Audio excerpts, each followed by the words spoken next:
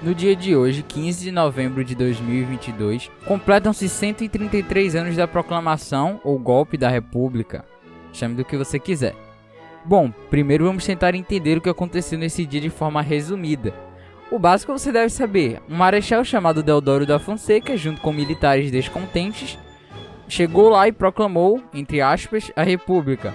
Mas aqui vamos entender tudo o que fez isso acontecer. Vale lembrar que a proclamação de 1889 não foi a primeira tentativa de república no Brasil, porém foi o único que deu certo e o único em nível nacional, visto que os outros pretendiam somente transformar suas próprias regiões em repúblicas. Mas pode-se citar a Inconfidência Mineira, ocorrida em 1789, que tinha como objetivo libertar Minas Gerais de Portugal, a Revolução Pernambucana de 1817, que tinha como objetivo transformar a província de Pernambuco numa república, conseguindo inclusive durando mais de 40 dias como um país. A Confederação do Equador, formada por Pernambuco e outros estados do Nordeste, com o objetivo de transformar aquela região numa república, em 1824. E por último, as repúblicas Rio-Grandense e Juliana, que queriam transformar Rio Grande do Sul e Santa Catarina, respectivamente, em repúblicas independentes. A República Rio-Grandense foi o mais próximo de conseguir seu objetivo, por sinal, ficando independente por 9 anos. Mas agora vamos explicar o contexto na época do golpe de 1889. O imperador era respeitado unanimemente por toda a sociedade, que o via como um grande líder. Entretanto, a monarquia estava com seus dias contados. O sistema era visto por progressistas da época como sendo retrógrado e impedia a evolução social do país.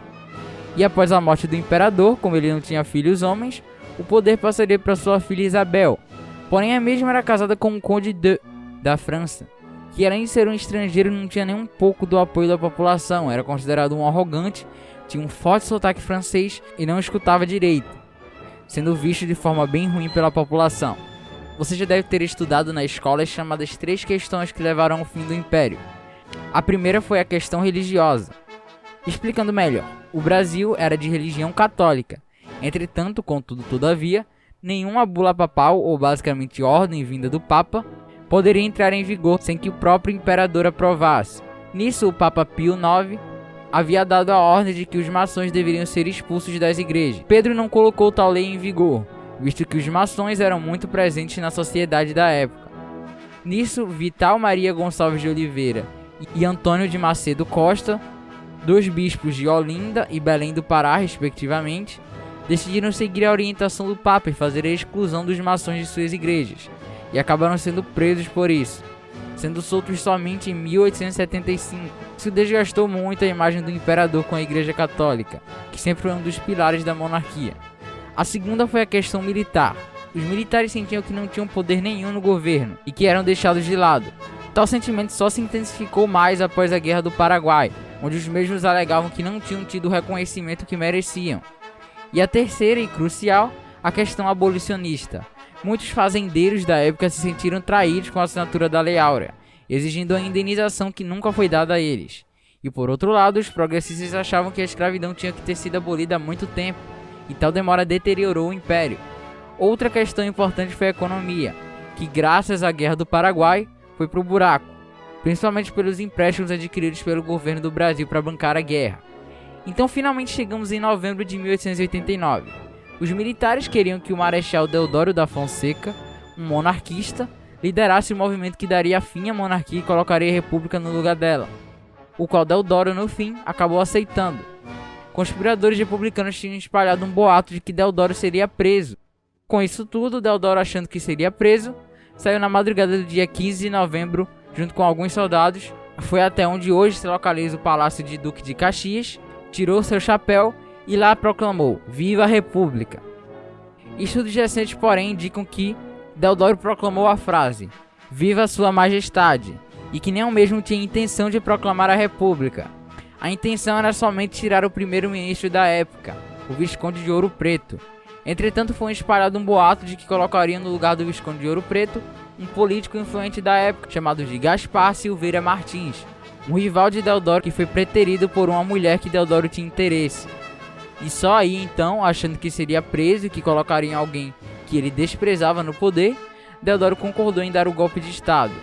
Assim, Sua Majestade o Imperador foi informado de tal ação, concordando em ser exilado do país, junto com a família real de maneira pacífica. não querendo derramar sangue brasileiro. Houveram levantes contra a República, principalmente no Rio de Janeiro, por parte de soldados a favor da monarquia. Em 1891 ocorreu a chamada Revolta Armada, onde a Marinha se revoltou contra a República e tentou tirar a mesma do poder, também sem sucesso.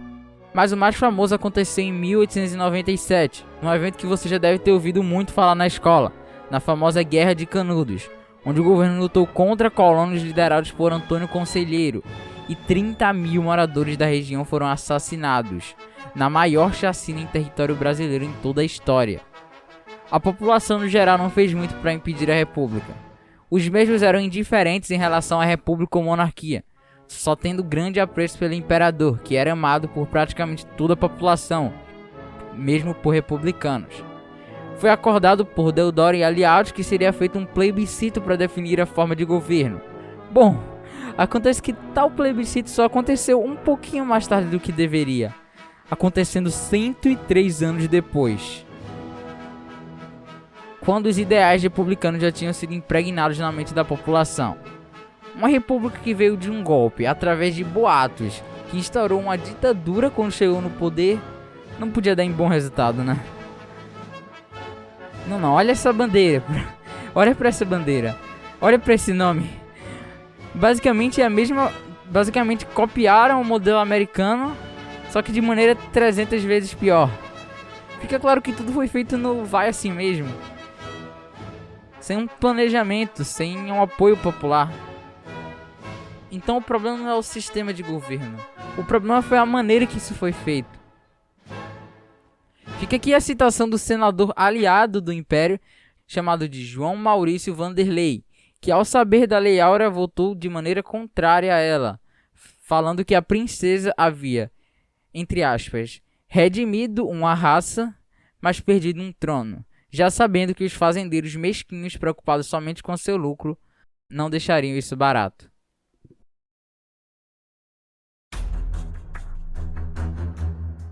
Mas então é isso, esse foi o vídeo. Claro que não foi abordado tudo aqui, ficaria um vídeo bem longo se fosse para abordar tudo, mas esse não era o objetivo.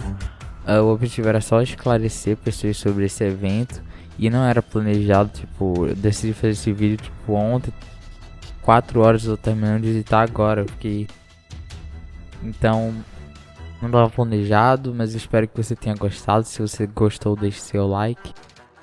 Os próximos projetos do canal estão em andamento, a final da Guerra Fria Alternativa está por vir aí, então fique atento.